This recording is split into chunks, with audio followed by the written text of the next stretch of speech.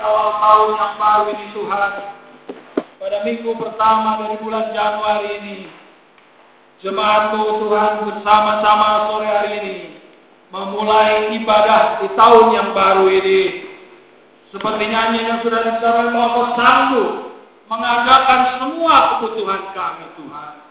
Kami percaya Tuhan, seperti Kau sudah memimpin memberkati kami tahun yang lalu dengan berbagai macam kebutuhan kami, maka Kau juga akan memberkati kami pada tahun ini dengan segala kebutuhan kami. Engkau akan cukupkan Tuhan. Tetapi firman-Mu juga berkata bahwa bukan hanya oleh roti manusia dapat hidup, tetapi oleh firman yang keluar dari mulut Allah. Karena itu Tuhan, marilah Tuhan, biarlah pada sore hari ini kami mau duduk diam di bawah kaki-Mu sebagai murid-murid. Beri kepada kami hati seorang murid, supaya firman-Mu itu boleh benar menjadi terang bagi jalan kami. Oh Tuhan, biarlah firman-Mu itu menjadi petunjuk, menjadi satu Tuhan arah untuk melangkah, sehingga kami tidak salah jalan Tuhan. Kami tidak mungkin hidup tanpa firman-Mu.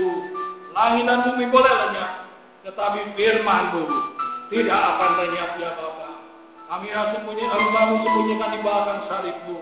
Biarlah Kau sendiri yang beracara, Roh Kudus sendiri yang beracara, dan nama Tuhan dimuliakan di dalam ibadah pada sore hari ini. Dalam nama Tuhan kami Yesus Kristus, kami telah berdoa. Haleluya. Amin. Shalom Bapak Ibu Saudara sekalian. Senang bisa berkumpul bersama saya sebagai Gembala Sidang mengucapkan selamat tahun baru 2015. Saya mendoakan untuk semua yang terbaik terjadi bagi Bapak Ibu Saudara sekalian, sehingga apa yang dirindukan, diinginkan itu dikabulkan oleh Tuhan dan terjadi di dalam kehidupan Bapak Ibu Saudara sekalian. Bapak Ibu Saudara sekalian, saya ingin memulai tahun yang baru ini dengan mencoba mengingatkan kembali apa itu kitab suci ya.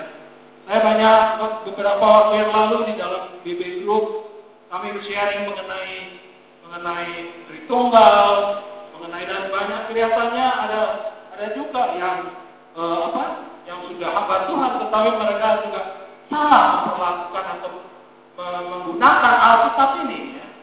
Bagaimana kita harus bertingkah laku menyikapi Alkitab ini? Maka marilah sore hari ini kita mau belajar kitab suci itu apa gitu kan? Mari kita membacanya lebih dahulu di dalam 2 Petrus 1 ayat 20 dan 21. 2 Petrus 1 ayat 20 dan 21. Mari kita sama-sama berdiri dan membacanya bersama-sama. 2 Petrus 1 ayat 20 dan 21. 2, 3. Yang terutama harus kamu ketahui ialah bahwa nubuat-nubuat dalam kitab suci tidak boleh ditafsirkan menurut kehendak sendiri. 21. Sebab tidak pernah nubuat dihasilkan oleh kehendak manusia, tetapi oleh dorongan Roh Kudus orang-orang berbicara atas nama Allah. Silakan duduk. Berbahagialah orang yang membaca firman Tuhan, yang merenungkan firman Tuhan siang dan malam, dan yang melakukan firman Tuhan itu dalam hidupnya. Ia seumpama bangunan yang berdiri di atas batu karang yang kokoh, dan ketika badai melanda, banjir bandang melanda, bangunan itu tetap berdiri teguh. Bapak Ibu Saudara sekalian, kita bisa melihat di sini bahwa di dalam bahasa Inggrisnya atau di dalam NKJV, mungkin bisa dibayangkan NKJV atau ini ayat yang sama, disebutkan knowing this first, that no prophecy of Scripture is of any private interpretation. For prophecy never came by the will of man, but holy men of God spoke as they were moved by the Holy Spirit. Ya. Saya ingin mengatakan bahwa awal dari ayat ini menurut NKJV adalah knowing this first. Ketahuilah ini terlebih dahulu. Ya. Knowing this first. ketahuilah ini terlebih dahulu. Kalau kita nggak mengetahui ini terlebih dahulu, maka kita tidak akan pernah memahami kitab suci dengan benar. Ayat ini berbicara tentang bagaimana kita menyikapi kitab suci. Ya. Jadi ada beberapa poin di dalam ayat 2 Petrus 1 ayat 20 dan 21 yang harus kita pahami dulu. Knowing this first. Ketahuilah ini terlebih dahulu. Pahami ini terlebih dahulu. Ketika kita memahami ini terlebih dahulu, maka kita baru mengerti apa yang menjadi maksud dari ayat-ayat yang ada di dalam kitab suci. Apa mengetahui terlebih dahulu? Saya boleh mengambil dari 2 ayat tersebut, setidaknya ada 4 poin yang harus kita ketahui agar dengan mengetahui ini terlebih dahulu, kita bisa memahami kitab suci dengan benar-benar. Yang pertama, apa itu kitab suci? Apa itu Alkitab? Yang kedua adalah kitab suci adalah satu-satunya kitab nubuat. Yang ketiga adalah penafsiran atau interpretasi dari kitab suci merupakan keniscayaan dan menjadi bagian integral yang menjadi satu dengan kitab suci. Saya kaget juga ada seorang hamba Tuhan yang bilang kok suruh nyari jawaban dari semua dengan cari ayat. Seakan-akan interpretasi tidak diperlukan. Padahal di dalam ayat tadi, di dalam ayat yang ke-21 tadi disebutkan bahwa Petrus 1 ayat 21 mengatakan bahwa sebab tidak ayat 20 dulu dikatakan bahwa kitab suci tidak boleh ditafsirkan menurut kehendak sendiri. Ada kitab suci di sini, ada penafsiran. Jadi kalau kitab suci kita mau mencari jawaban tapi nggak boleh nafsir, ya harus ada ayatnya di situ. Ya nggak bisa, gitu. Karena kitab suci tidak disajikan secara baku. Bapak Ibu Saudara sekalian, yang ketiga adalah penafsiran atau interpretasi terhadap kitab suci merupakan keniscayaan dan menjadi bagian integral dari kitab suci. Dan yang keempat, akibat dari 1, 2, dan 3 tadi, saya ulang lagi. Yang pertama adalah apa itu kitab suci? 2, kitab suci adalah satu-satunya kitab nubuatan. Ketiga, penafsiran terhadap kitab suci merupakan keniscayaan, ya, dan menjadi bagian yang merupakan kesatuan dengan kitab suci. Dan yang keempat adalah kebutuhan akan suatu metode pendekatan untuk menafsirkan kitab suci sesuai dengan kehendak Allah. Kebutuhan terhadap satu metode pendekatan agar kitab suci ditafsirkan menurut kehendak Allah. Kalau kita nggak ngerti 4 ini, kita akan membaca kitab suci ngawur. Bapak Ibu Saudara sekalian. Nah, kita akan membahas ini satu persatu. Saya tidak akan terburu-buru supaya semuanya bisa dengar, karena biasanya saya kalau dibaca atau dibahas semuanya, saya takut malah nanti nggak masuk semuanya. Jadi saya akan sampai habisnya waktu saja dan nanti kita teruskan pada kesempatan berikutnya. Mungkin hanya 2 poin mungkin pada sore hari ini. Nanti 2 poin lagi saya akan bahas dalam waktu yang selanjutnya. Yang pertama adalah apa itu kitab suci?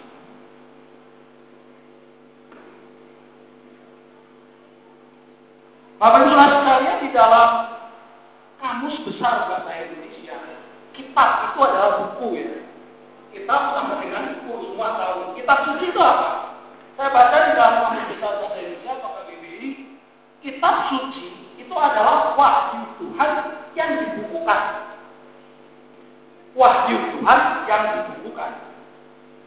Ada satu kemarin ini seorang hamba Tuhan sharing di dalam BB bilang, kita itu mah cuma hanya ini istilahnya apa?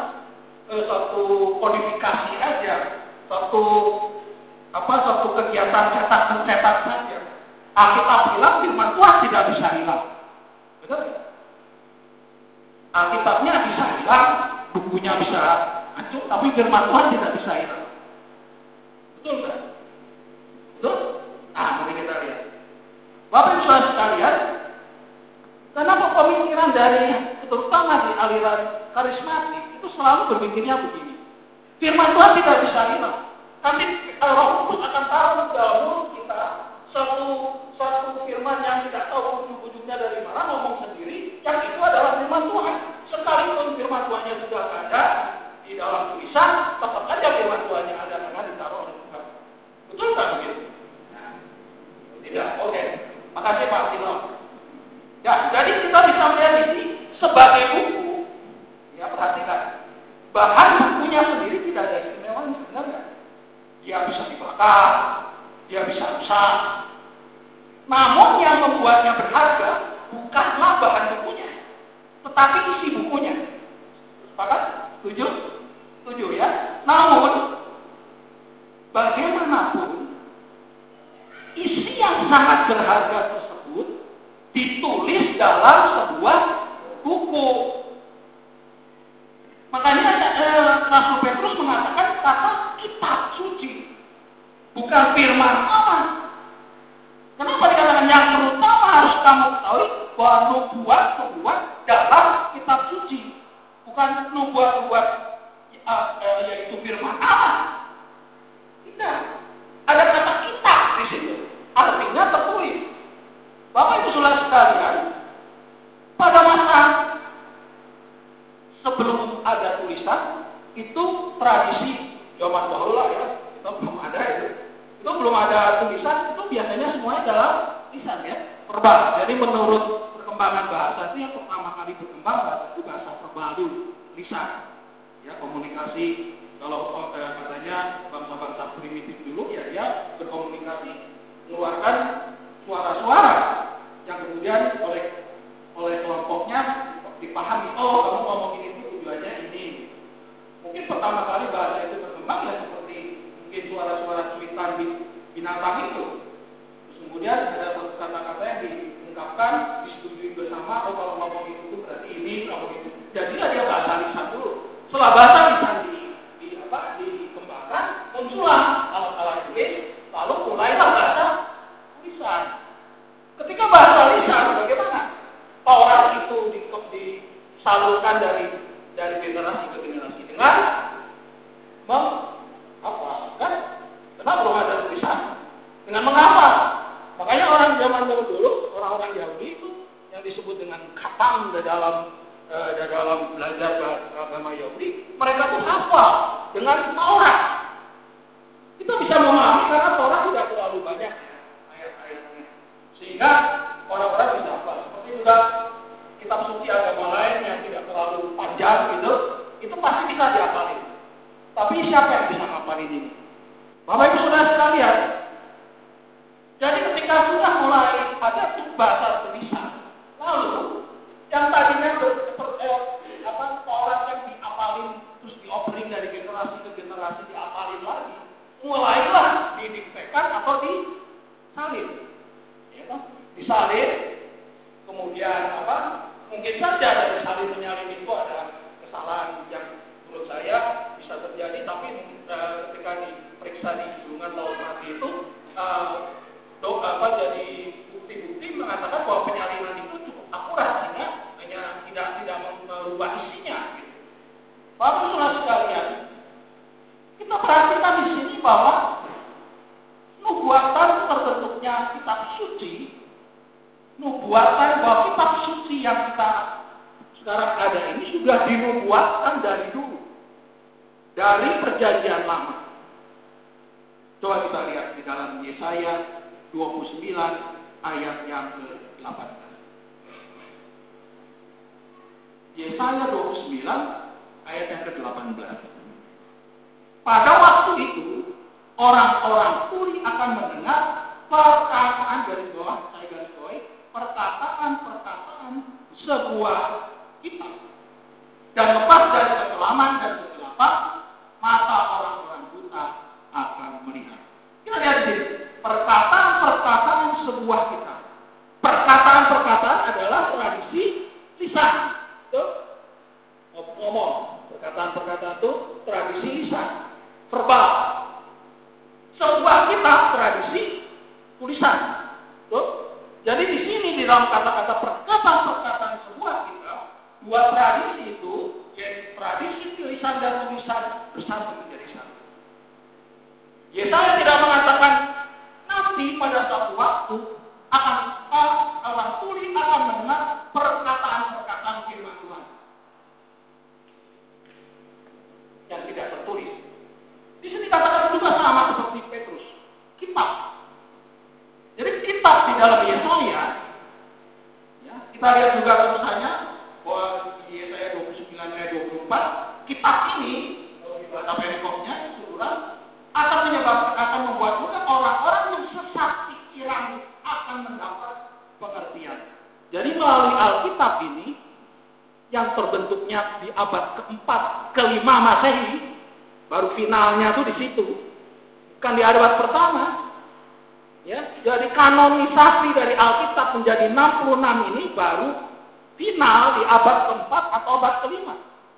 Kitab ini sudah dinubuatkan Yesaya itu hidup 500 atau 600 tahun sebelum Masehi.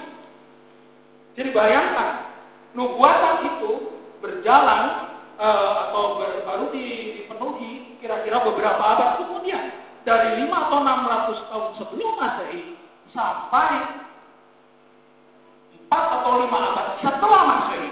Jadi hampir 8, 9, 10 abad baru kemudian itu menjadi realita. Dan kitab ini orang yang sesat pikiran akan mendapat pengertian, dan orang-orang yang bersungut-sungut akan menerima pengajaran. Kalau di dalam bahasa Inggrisnya akan menerima doktrin, pengajaran doktrin. Bapak Ibu Saudara sekalian, di sini kita bisa melihat bahwa perkataan-perkataan sebuah kitab. Jadi isi perkataan-perkataan adalah menggambarkan isinya sendiri. Sebuah kitab menggambarkan bungkusnya. Tetapi bukan sembarang bungkus, karena ini sudah dinubuatkan bahwa akan ada satu kitab yang tertulis yang akan nantinya itu menjadi sebuah kitab yang utuh, yang olehnya kitab itu menjadi kitab yang berotoritas, membuat orang tuli mendengar, orang buta melihat, yang sesat pikiran akan mendapat pengertian, dan yang bersungut-sungut akan menerima pengajaran. Ayat di dalam Yesaya ini menekankan fungsi dari kitab suci. Ayat yang di dalam Petrus tadi menekankan kepada bagaimana kita memperlakukan dan menggunakan kitab suci secara benar. Bagaimana kita memperlakukan dan mempergunakan kitab suci dengan benar. Nubuatan tentang bentuk kitab suci ini sangat wajar. Kenapa tidak dikatakan sesuatu yang bersifat verbal, tetapi bersifat tertulis? Karena secara realistis tidak mungkin kita menghafalkan kata demi kata secara akurat untuk kenal kitab yang tebalnya seperti ini. Bapak Ibu Saudara sekalian, pemahaman adanya firman Tuhan di luar Alkitab adalah pemahaman yang salah. Firman Tuhan hanya ada di dalam Alkitab. Dan hanya Alkitab saja firman Allah, sola scriptura. Adanya pendapat sementara orang yang mengatakan kitab suci yang tulisan bisa hilang, tetapi firman Allah perkataan atau yang bisa tidak bisa hilang adalah pendapat yang absurd, yang tidak logis, tidak logis, tidak bisa diterima oleh akal sehat dan menyesatkan. Bagaimana firman Allah yang sudah dikanonisasi itu tidak hilang kalau tidak ada seorang pun yang dapat menghafalnya secara sempurna? Hilang nggak? Kalau sekarang saya satu komunitas di sini, nggak ada orang Kristen lagi di luar, lalu semua kita dibakar, kita semua nggak ada yang ngapalin. Firman Tuhannya, firman Allahnya hilang nggak? Wahyu Allah hilang nggak? Hilang. Sama api. Bapak Ibu Saudara sekalian, memang Allah menuliskan firman itu dalam buah hati kita, yaitu ketika kita penuh dengan firman Allah yang kita baca dan kita renungkan dari kitab suci yang tertulis ini, sehingga itu akan mengubah semakin serupa dengan Kristus. Tetapi itu tidak bisa dimaknai bahwa lalu kita tidak memerlukan kitab suci yang tertulis dan lalu secara gaib Roh Kudus membubuhkan kata dalam mulut kita sebagai pengganti firman Tuhan. Itu naif sekali. Roh Kudus mengajar kita untuk berkata-kata tepat pada waktunya dan sikonnya ketika kita penuh dengan firman Allah. Tetapi penuh dengan firman Allah bukan sesuatu yang statis. Maksudnya, sekali kita mencapainya, kita tidak perlu mempertahankannya terus-terusan. Penuh dengan firman Allah ada sesuatu yang dicapai, tapi kemudian terus diusahakan, dipelihara untuk tetap penuh. Dan untuk memelihara untuk tetap penuh, kita tetap perlu merenungkan firman Tuhan siang dan malam melalui kitab suci yang tertulis ini. Melepaskan firman Allah dari isi kitab suci yang 66 kitab ini dan meyakini bahwa firman Allah tetap ada sekalipun yang tertulis sudah tidak ada, yaitu melalui sarana-sarana gaib yang disebut manifestasi Roh Kudus, adalah salah dalam memahami fungsi kitab suci yang tertulis dan suatu pandangan yang absurd dan tidak bertanggung jawab. Alkitab adalah acuan objektif dan menjadi tolak ukur bagi kita. Semua acuan yang tidak tertulis dalam Alkitab ini adalah acuan yang subjektif, tidak bisa dijadikan tolak ukur. Termasuk semua yang dipraktekkan dalam gereja-gereja terutama karismatik dengan membuat dan semacam. Bapak Ibu Saudara sekalian, itu tidak setara dengan Alkitab dan tidak boleh melengkapi Alkitab, apalagi menggantikan Alkitab. Alkitab yang 66 kitab ini adalah satu-satunya kitab yang berotoritas dan cukup tanpa tambahan apapun dari pengalaman rohani kita untuk membuat kita bertumbuh dan mencapai kepenuhan Kristus. Jika seandainya saja satu saat Allah mengizinkan antikris melenyapkan seluruh Alkitab yang ada di dunia ini, bukanlah suatu alasan bahwa kita boleh memaknai bahwa Allah akan menggantikan Alkitab dengan firman Allah yang langsung tanpa acuan apapun. Tidak mungkin itu. Umat Allah haruslah menjaga kelestarian Alkitab dengan menghafalkan isinya. Mungkin dengan membagi-bagi Alkitab dengan kitab-kitab atau bagian-bagian kitab, masing-masing menghafal bagian yang kalau dikumpulin semuanya hafal satu Alkitab 66 ini. Nah, baru itulah yang disebut menjaga kelestarian Alkitab yang asli. Bapak Ibu Saudara sekalian, kita melihat bahwa banyak cerita-cerita yang sangat dramatis mengenai mempertahankan Alkitab ini. Saya pernah mendengar di RRC sana, saya melihat di videonya ya, di mana ada banyak penginjil-penginjil yang bawa Alkitab, mereka sudah cetak. Kalau tidak salah itu banyak juga seperti yang dari Indonesia juga bawa Alkitab dalam tulisan Mandarin ke RRC, mereka ya setengah menyelundupkan gitu ya untuk dimasukkan ke sana. Dan ketika persekutuan orang-orang di sana mendapatkan Alkitab itu, apa yang mereka lakukan? Mereka menerimanya dengan mengeluarkan air mata dan mencium Alkitab itu dengan sungguh-sungguh. Apakah ini berarti membuat Alkitab jadi terima? Saya kira tidak begitu.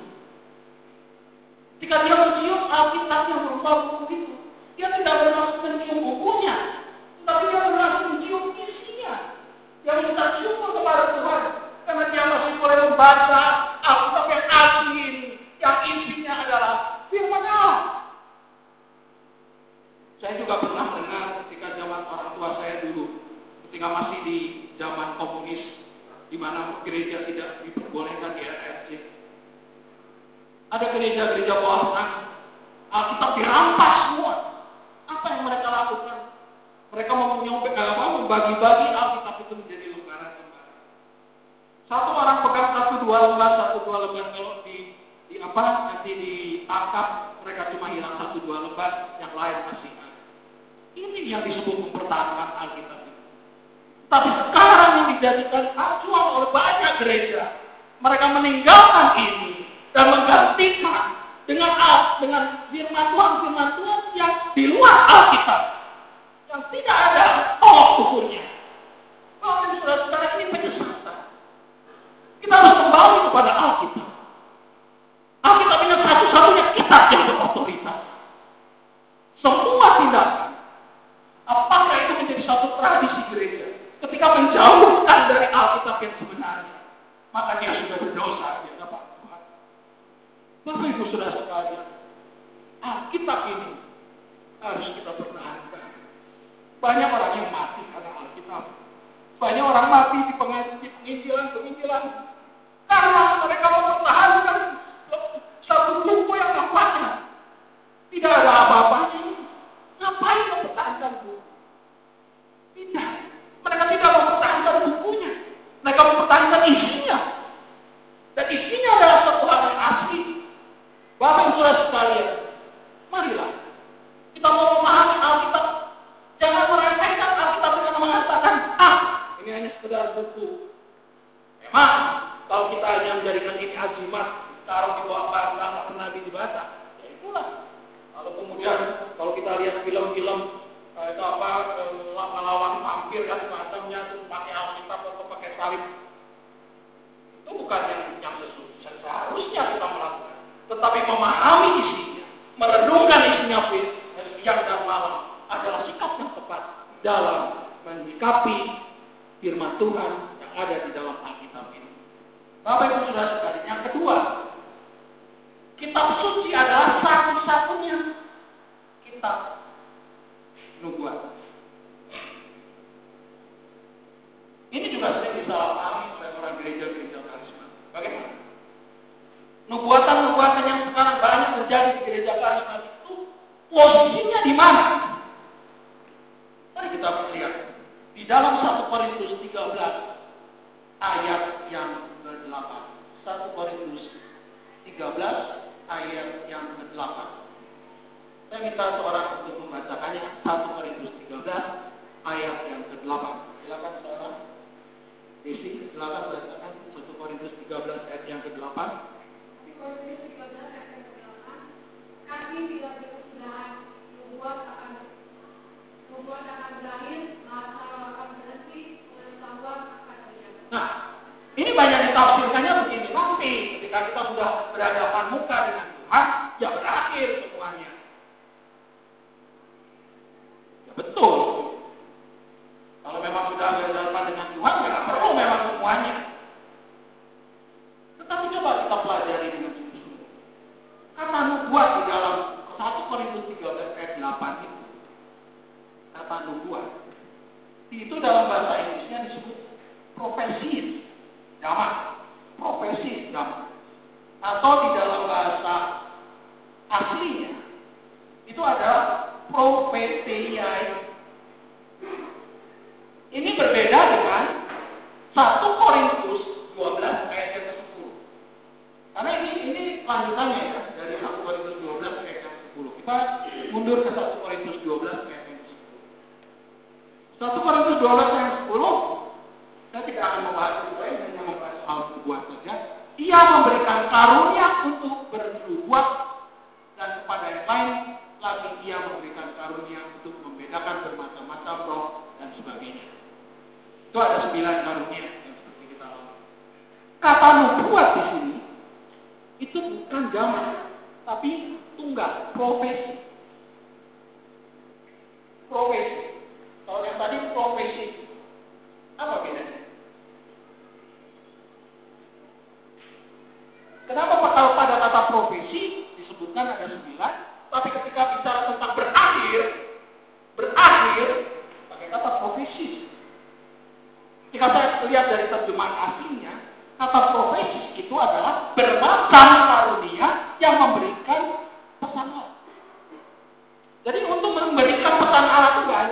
nubuatan.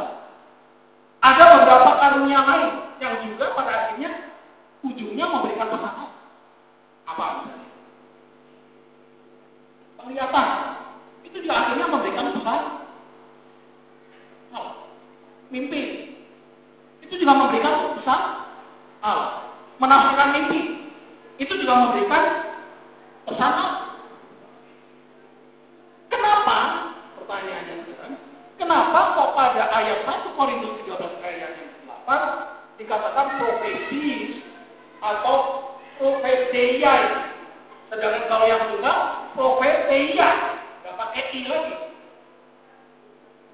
Bapak saudara sekalian bisa memahami apa bedanya? Kenapa kalau yang satu tunggal yang satu jamak?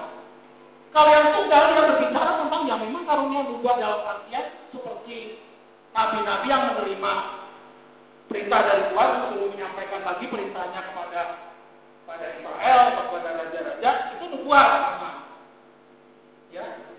Tetapi ketika mau berbicara tentang yang ada 3 yang berakhir, yaitu pengetahuan akan berakhir, karunia roh akan berakhir, dan nubuat akan berakhir, di situ dia berbicara profesi atau profeteia. Itu adalah bermacam karunia yang memberikan pesan Allah. Kenapa sampai Rasul Paulus bicara semacam itu? Ada yang mengerti? Mengapa di 1 Korintus 12 ayat 8 disebut 9 karunia roh? Di dalam 1 Korintus 13 ayat yang ke-8 hanya bicara yang berhenti 3. Tidak 9. Yaitu pengetahuan, itu bahasa nada atau bahasa roh, dan nubuat. Yang berarti jawaban. Ada yang punya ide? Karena karunia-karunia ini yang mendukung pewahyuan.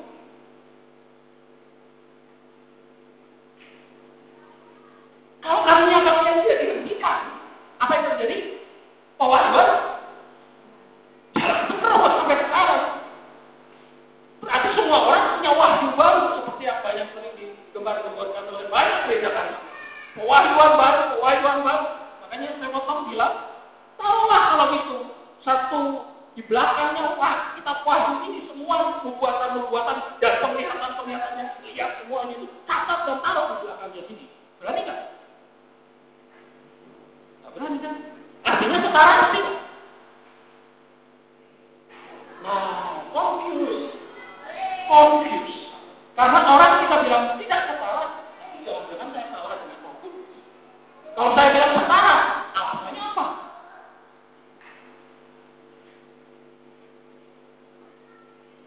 Semua karunia pengetahuan itu gnosis.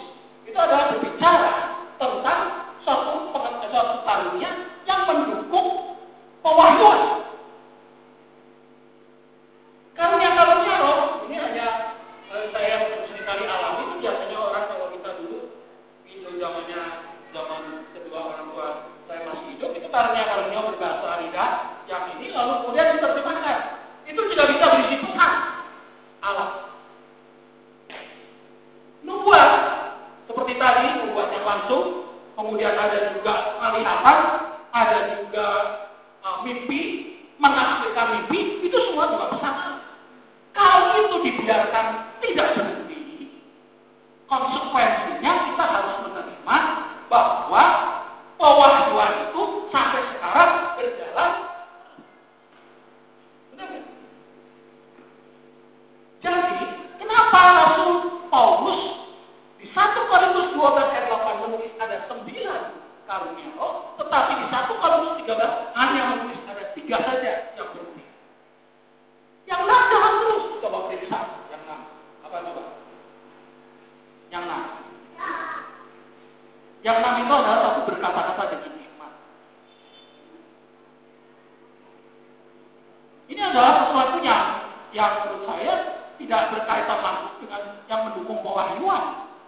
Kita bisa menggunakan itu berkata-kata dengan hikmat sampai saat ini tanpa harus merusak pewahyuan yang sudah ada. Coba kita lihat lagi. Yang kedua adalah berkata-kata dengan pengetahuan. Ini yang gila. Yang ketiga adalah iman. Karunia iman. Ya Misalnya untuk memindahkan, adanya yang kemudian menghasilkan mujizat-mujizat, nggak ada kaitannya itu dengan pewahyuan. Menyembuhkan mujizat, membedakan roh, nah membedakan roh ya tidak ada juga kaitannya. Membedakan roh itu adalah kepekaan kita. Ketika kita semakin dekat dengan Tuhan dan kita bisa melihat manifestasi Roh Kudus atau manifestasi dari roh jahat dari seseorang yang sedang kita layani. Itu tidak ada hubungannya dengan pewahyuan. Tetapi yang ada hubungannya dengan pewahyuan, yaitu berkata-kata dengan pengetahuan, berkata-kata dengan bahasa roh, seperti R-nya kecil ya, dengan R-nya besar. Bahasa apa itu? Roh memberikan bahasa kepada kita sehingga kita bisa berbahasa roh. Rohnya kecil, bukan R-nya besar. Roh yang besar, R yang besar, memberikan kepada kita satu bahasa baru sehingga kita bisa berbahasa roh. R-nya kecil. Jadi roh kecilnya kita itu dikasih bahasa sama roh yang besar untuk kemudian diterjemahkan supaya bisa atau ditafsirkan supaya bisa menguatkan orang lain. Itu juga pesan Allah. Jadi, kalau saya melihat kenapa seperti itu, karena semua karunia yang mendukung pewahyuan harus dihentikan. Kalau tidak dihentikan, konsekuensinya sampai dengan sekarang wahyu masih berjalan terus. Jadi Alkitabnya nggak cuma ini. Semua nanti gereja A bikin Alkitab sendiri lagi, gereja B bikin Alkitab sendiri lagi, gereja C bikin Alkitab sendiri lagi. Kembali. Bapak Ibu Saudara sekalian,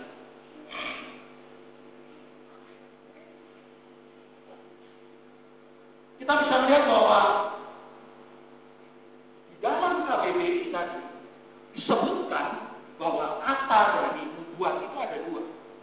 Yang pertama, wahyu yang diturunkan kepada Nabi untuk disampaikan kepada manusia. Itu pengertian pertama dari nubuat. Contoh nggak itu dengan makna nubuatnya? Yang kedua, ramalan. Udah cuma itu aja, dua aja. Di dalam KBBI itu malah itu wahyu yang diturunkan oleh Allah untuk disampaikan kepada manusia. Dan yang kedua, ramalan. Yang pertama sudah berhenti kan? Wahyu, kalau kita bicara wahyu. Berhenti. Jadi tinggal yang kedua, ramalan. Tidak bisa disetarakan dengan nubuat yang menjadi wahyu tadi. Nggak bisa. Sekali lagi saya tekankan. Kalau wahyu tidak berhenti, maka sampai sekarang akan banyak ribuan jutaan buku yang setara dengan Alkitab yang jadi wahyu. Nah, kalau seperti itu, berarti aturannya yang mana? Suka-suka. Kalau saya yang ini, karena gereja saya mendapatkan penglihatan yang seperti ini. Saya mendapatkan nubuatan seperti ini. Saya mendapatkan karun bahasa roh seperti ini, yang terjemahnya seperti ini. Saya mendapatkan mimpi yang seperti ini. Saya mendapatkan penglihatan yang seperti ini. Kalau gereja saya begini dah, saya lihat. Banyak di BB saya lihat. Gereja A lawan gereja B penglihatannya kelaparan sendiri. Yang satu bilang katanya mau ada ini, yang satu bilang ini. Saya pernah baca dalam satu BB pada waktu pemilihan presiden, yang satu milih Prabowo, yang satu milih Jokowi. Yang pilih yang dapat pengilhaman katanya dan pilih Prabowo, bilang Jokowi kalah. Yang bilang yang milih Jokowi, Prabowo kalah. Tapi misalkan itu ramalan, bukan dalam pengertian wahyu yang diturunkan Allah untuk disampaikan kepada manusia. Jadi sebaiknya, kalau menurut saya sebaiknya, jangan pakai kata nubuat. Jadi bikin pusing. Kesan kita akan setara dengan yang ada di dalam Alkitab. Pakai istilah ramalan aja.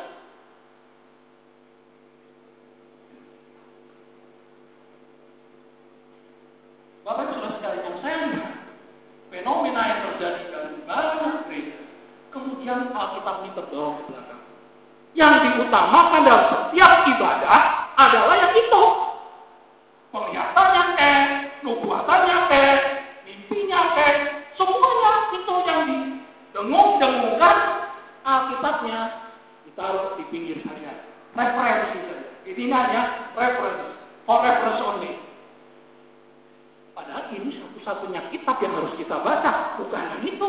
Itu sekedar amalan saja.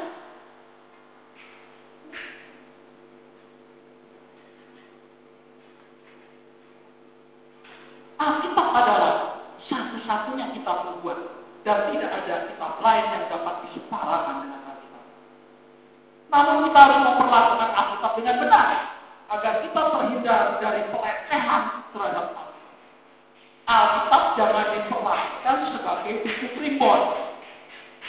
Tetapi sebagai suatu kitab pengetahuan yang mempunyai makna tertentu dan pasti yang dari Allah.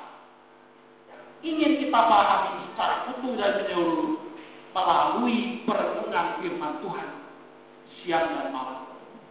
Alkitab harus dipahami dengan menggunakan kerangka doktrin yang benar. Kira-kira mau dilanjutin atau mau dihentikan dulu?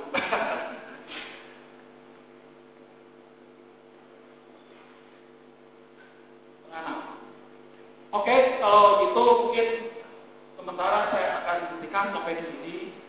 Nanti kalau dalam khotbah saya selanjutnya saya akan membahas poin 3, yaitu penafsiran atau interpretasi terhadap kitab suci itu merupakan keniscayaan dan menjadi bagian integral dari kitab suci.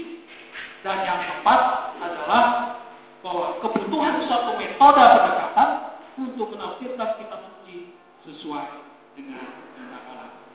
Berbagai orang yang mendengar firman Allah menerimanya dengan rendah hati dan melakukannya di dalam kehidupan, menjadikan Alkitab ini sebagai suatu dasar kitab yang berotoritas yang mengatur hidup kita sehari-hari, sehingga melalui dalamnya yang melakukannya dengan benar kita memperoleh berkat-berkat rohani dan jasmani juga dari Tuhan. Amin. Mari kita menyanyikan sebuah lagu, yaitu Yelah Ku Buka Hati.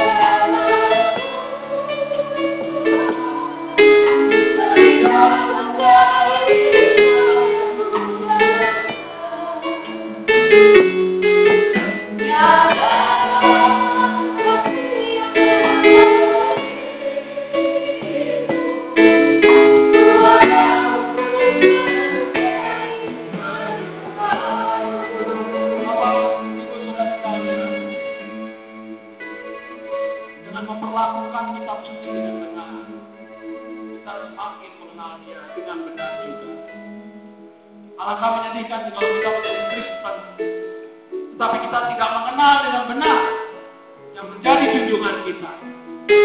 Firman Tuhan melalui Alkitab sudah disampaikan. Alkitab sudah dikanonisasi dan diturunkan kepada kita. Marilah kita percaya iman dan dekat Alkitab ini di dalam hati kita. Kita laksanakan dalam hidup kita. Kita mencintai firman-Nya dengan merenungkannya siang dan malam. Dengan semakin kita membaca dan merenungkan, kita semakin mengenal Dia. Mari kita menyanyikan dengan sungguh-sungguh lagu. Menjadi suatu kerinduan kita untuk mengenal Allah dengan lebih dalam.